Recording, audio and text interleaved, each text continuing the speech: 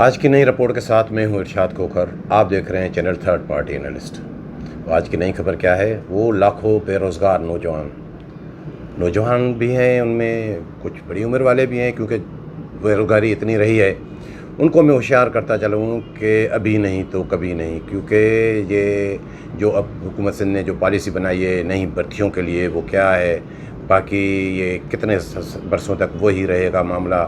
آپ نے میں سے کچھ لوگوں نے دیکھا ہوگا، یا کچھ بے روزگاری تو بڑی ہے، دیکھا ہوگا، کئی نے نہیں دیکھا ہوگا. تو ان کے لیے میرا مشورہ ہے کہ یہ جو IBA نے 30 تاریخ کو، اس میں بتا دوں گا کہ اس میں کیا کیا ہے. جو اپلیکیشن منگوائی ہیں ان کے لیے اپلائی کریں تو اچھا ہے، ورنہ ہاتھ ملتے رہ جائیں گے. اور اس میں بھی وہ ویسے تو گنجائش ہوتی ہے، اور یہ جو پالیسی بننے جا رہی ہے وہ کیا مینیجیبل بھی ہے یا نہیں، اس میں کتنے مسائل پیدا ہوں گے، اس کے متعلق آپ کو آگاہ کروں گا. اس کے علاوہ کل 9 نومبر کو سپریم کورٹ کی سماعت ہو رہی ہے. اس میں جو سندھ پبلک سروس کمیشن کے متعلق میں پہلے آپ کو بتاتا رہا ہوں، اس کی اب سماعت ہے. اس کی دیکھیں کہ اس میں کیا ہوتا ہے. وہ کمپیٹیٹیو ایگزام کا معاملہ بھی ہے، تقریباً 1800 ڈاکٹروں کی اپائنٹمنٹ کا معاملہ بھی ہے، جو حیدرآباد بینچ نے اس کو ختم کر دیا تھا. تو اس کے متعلق سندھ حکومت اور کینڈیڈیٹس جو امیدوار، جو اس میں اسسٹنٹ کمشنر بھی ہیں، باقی افسران بھی ہیں، وہ گئے ہیں سپریم کورٹ میں. تو اس کا دیکھتے ہیں کہ کیا ہوتا ہے. اس کے علاوہ میں آپ کو بتاتا رہتا ہوں کہ محکمہ خوراک میں یہ گندم جو ریلیز ہوتی ہے سرکاری، اس میں تاخیر کیوں ہوتی ہے، اور اس تاخیر کے پیچھے کیا اسباب ہیں. سچی بات بتاؤں کہ اس تاخیر سے خود جو چور ملے ہیں صرف فوڈ ڈپارٹمنٹ میں، وہ اس سے خوش ہیں. چیخو پکار اپنی جگہ پہ وہ چلتی رہتی ہے. اور کچھ تذکرہ کہ وہ ایک، میں آپ کو بتاتا رہا ہوں کہ ایک محکمہ خوراک کی میل آنٹی، اب اس کا کیا ہوگا، کہاں سے وہ گئے ہیں، اب کیا کیا وہ اپنی اپروچ لگا رہے ہیں. اور اس کے علاوہ ایک افسر، ایک ملازم جو 2 مرتبہ برطرف ہوئے، 2 مرتبہ بحال ہوئے، اس کے پیچھے کیا کیا کہانی ہے. تو یہ ہے آج کی رپورٹ. وہ دوست جنہوں نے ابھی تک ہمارا چینل سبسکرائب نہیں کیا ہے، سبسکرائب کریں، اور ویڈیو اچھی لگے تو دوستوں کے ساتھ شیئر ضرور کریں. سب سے پہلے میں آپ کو بتاؤں سندھ پبلک سروس کمیشن کا معاملہ. میں نے آپ کو آگاہ کیا تھا، آپ میڈیا میں بھی دیکھتے رہے ہوں گے کہ 3 جون کو ایک بڑا فیصلہ آیا Sindh high court Hyderabad bench کا، کہ جس میں 2018 کے کمپیٹیٹیو ایگزام، اس پہ تقریباً 234 افسران جو اپائنٹ ہوئے تھے، اس کو انہوں نے کالا دم قرار دے دیا نتائج کو، کہ یہ صحیح. ان میں 100 تقریباً 193 اسسٹنٹ کمشنر بھی تھے، 15 کوئی ADFCs تھے، 2-3 DFCs، اور باقی اسسٹنٹ کوآپریٹو رجسٹرار اور ETOs وغیرہ، یہ وہ تھی. تو وہ اس کے متعلق سندھ ہائی کورٹ نے تو سپریم کورٹ سے رجوع کیا ہی، اور امیدواروں نے بھی جو اس سے متاثر ہوئے ہیں. اور اس میں ڈاکٹروں کا معاملہ بھی تھا، تقریباً 1780 ڈاکٹرز جو اپائنٹ ہوئے تھے 2018 میں، وہ بھی معاملہ تھا. اس کے متعلق میں آپ کو پہلے بتا چکا ہوں. تو اب وہ معاملہ سپریم کورٹ میں ہے، اور میری اطلاع ہے کہ اس کے متعلق چیف منسٹر سندھ نے بھی درخواست کی تھی چیف جسٹس سپریم کورٹ کو کہ جناب یہ اس معاملے کو ڈیلی بیسس پہ دیکھیں. تو کل اس پہ سماعت ہو رہی ہے سپریم کورٹ کی 3 رکنی ریگولر بینچ، جو چیف جسٹس جناب جسٹس گلزار احمد صاحب کی سربراہی میں ہے. اس میں جسٹس اعجاز الحسن صاحب بھی ہیں، اس میں ایک اور جج بھی ہیں میرے خیال میں، جو جسٹس قاضی محمد امین صاحب.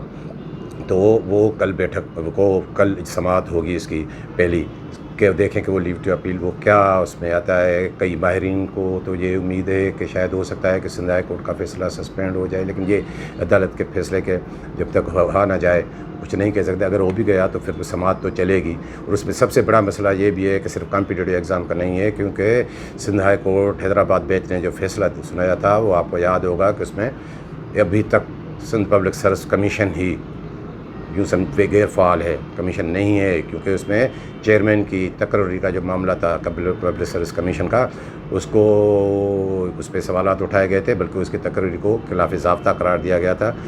اس کے علاوہ سندھ پبلک سروس کمیشن کا جو ایکٹ 1989 کا، اس کو متعلق بھی کہ وہ صحیح نہیں ہے. تو وہ یہ بھی بحث چھڑ گئی کہ اگر وہ صحیح نہیں ہے تو 1989 سے لے کر جو بھی اپائنٹمنٹ ہوئی ہیں کیا ان کے متعلق کیا ہو سکتا ہے وہ درستی یا نہیں. لیکن وہ اور بات ہے کہ 91 کے جو پبلک سروس کمیشن کے جو ہے ایفیشنسی رولز ہیں وہ بھی اس میں ہے. تو کل یہ بڑی سماعت ہونے جا رہی ہے. دیکھیں کہ کیا جو ہے فاضل عدالت اس پہ جو ہے کیا کچھ کرے گی. ظاہر ہے سماعت تو چلتی رہے گی. تو یہ اب کل کا انتظار ہے. اور اس کے علاوہ جو میں آپ کو بتاؤں کہ میں نے جیسے بتایا کہ بے روزگار ہو جائیں ہوشیار. اب ایک معاہدہ ہوا ہے حکومت سندھ اور IBS سکھر کے درمیان. جیسے آپ نے پہلے دیکھا کہ وہ اساتذہ کی بھرتیوں کے معاملے میں کیا کیبنٹ نے پالیسی بنائی کہ پانچوں سبجیکٹ میں جو 45 مارکس حاصل کرنا. تو کئی پاسنگ مارکس سے زیادہ لینے کے باوجود بھی لوگ پورا نہیں ایلیجیبل ہو سکے. اب اس میں کیبنٹ نے جو سندھ گورنمنٹ نے کیا کہ کچھ مارکس کم کرنا یہ کرنا. تو ایسی پالیسی بنتی کیوں ہے کہ یہ رزلٹ آئے. اب جو آپ کو بتاؤں اصل بات کہ یہ جو اشتہار آیا ہے IBA نے 30 تاریخ تک بے روزگار نوجوانوں سے جو بھی اس کے خواہش مند ہیں ان سے درخواستیں طلب کی ہے. اب وہ پالیسی کیا ہے اس میں یہ صرف ایک دن کے لیے پالیسی نہیں ہے. اس لیے کہہ رہا ہوں کہ جو بھی ہے اپلائی کر دیں. اس میں یہ ہے کہ 3 کیٹیگریز رکھی گئی ہیں کہ میٹرک انٹر اور گریجویشن. میٹرک والے کے لیے یہ ہے کہ یا یہ ہے کہ کوئی ایک کیٹیگری میں اگر کوئی امیدوار اپلائی کرے گا تو اس کے لیے 350 روپے فیس. 2 کیٹیگریز کے لیے کرے گا تو 1050. اور تینوں کیٹیگریز کے لیے اگر ایسے کوئی امیدوار ہیں کہ وہ گریجویٹ ہونے کے باوجود بھی وہ 5 گریڈ کی نوکری کو یہ ٹیکنیکل سائٹ کی ہوتی ہیں 5 گریڈ کے لیے بس جس طرح کی اس میں وہ اپلائی کرنے کو ترجیح دیں گے کہ وہی بن جائیں. بے روزگاری اتنی ہے جیسے میں پہلے بھی آپ کو بتاتا رہا ہوں کہ زیادہ ہائی کوالیفائی نوجوان وہ چپڑاسی بننے کے لیے بھی تیار ہیں. تو یہ تو پھر بھی 5 گریڈ کی اسامی ہے تو ان کو 1750 روپے جمع کرانے پڑیں گے. اب یہ عجیب ایک جو ہے بات مجھے تو لگ رہی ہے کہ یہ جو ٹیسٹ ہوں گے بتاتا چلوں کہ یہ ٹیسٹ کیا ہوں گے. یہ ٹیسٹ جتنے بھی لوگ اس میں بیٹھیں گے وہ جو پاس ہو جائیں گے ان کو ایک دم سے نوکری نہیں ملے گی. یعنی اس میں یہ آ جائے گا کہ ان کی یہ اضافی کوالیفیکیشن ہو جائے گی کہ ہاں وہ نوکری لینے کے اہل ہیں لیکن کل ان کو نوکری نہیں ملے گی یا 2 مہینے کے بعد. یہ 3 سال تک یہ پروسیس چلے گا کہ 3 سال کے اندر سندھ گورنمنٹ کے اندر جتنی بھی اپائنٹمنٹ ہوگی اس میں ترجیح اس کو ہوگی کہ جنہوں نے یہ ٹیسٹ پاس کیا ہے.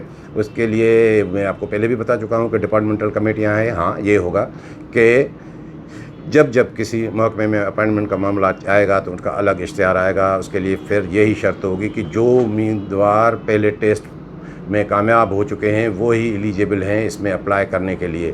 اب یہ دیکھیں تو صحیح کہ یہ کس طرح مینیج ہوگا.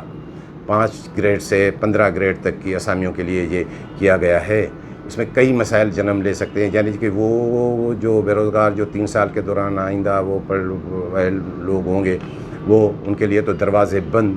اس کے علاوہ کس طرح ہوگا کہ یہ کوئی کمپٹیٹیو ایگزام کی طرح کوئی ان کے لیے آپ نے ترجیحات رکھی ہیں کہ اگر کوئی اچھی مارکس لے کر وہ SNGD میں جانا چاہے تو وہ کیسے جائے گا. جب ان کا اشتہار آئے وہ کون جیتا ہے تیرے زلف کے سر ہونے تک. اب کس کے محکمے کا کیا آتا ہے. کوئی کسی میں زیادہ دلچسپی رکھتا ہو اہل امیدوار تو مطلب اس میں تو یہی ہوگا کہ جو پہلے اشتہار آیا جس ڈپارٹمنٹ کا اسی میں اپلائی کیا تو اس میں کیا اسٹریٹجی بنتی ہے. اب 3 سال کا پروسیس کس کو کیسے نوازا جائے گا. ویسے ہی ہمارے یہاں اپائنٹمنٹ جو ہوتی ہیں اس میں کیا کیا ہوتا رہا ہے.